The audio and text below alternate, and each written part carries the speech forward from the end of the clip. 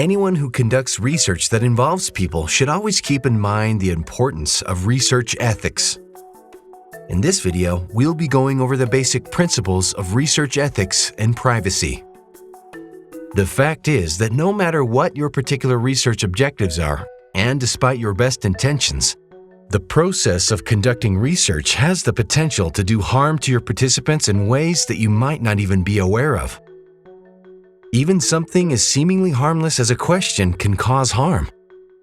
It's impossible to know what kind of topics might trigger your participant and make them feel uncomfortable. For example, asking a question about personal history might recall memories that are difficult for the participant to talk about.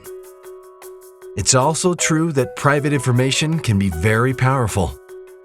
Any mishandling or misuse of information can have huge consequences for individuals and communities. Research ethics exist to minimize those risks to protect the people involved in your research and ensure that your research does no harm, whether it's physical, social, cultural, or psychological. FNIGC follows its own code of ethics that relates specifically to First Nations people. Included in these ethical standards are the First Nations principles of OHCAP. In order to protect the use of the term, FNIGC has a registered trademark on the term OHCAP and the OHCAP logo. OHCAP has four principal components.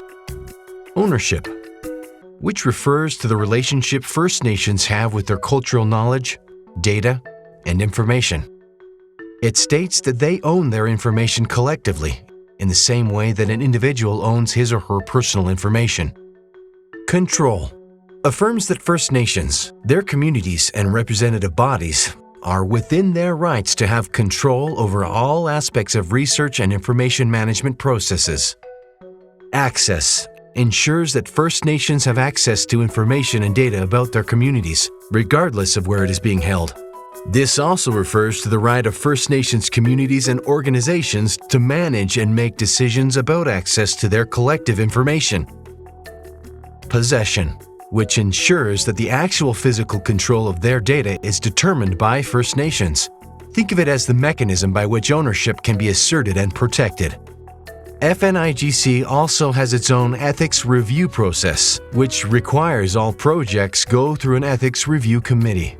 FNIGC and its regional survey partners are extremely vigilant about protecting the confidentiality of its survey participants. All paper-based information is stored in lockable storage rooms and lockable filing cabinets. All electronic data is password protected, regularly backed up, and stored in an off-site location with equivalent security. For privacy protection, all personal information such as names, addresses, phone numbers are stored separately from the survey responses. So, as you can see, FNIGC is extremely protective of the rights of its survey participants and the rights of First Nations communities in general. All fieldworkers must also sign and honor a confidentiality agreement or oath of secrecy. This form sets out the responsibility of all staff members to maintain confidentiality at all times. Any violation of privacy could threaten the research, so it's important that you make research ethics a priority in everything you do.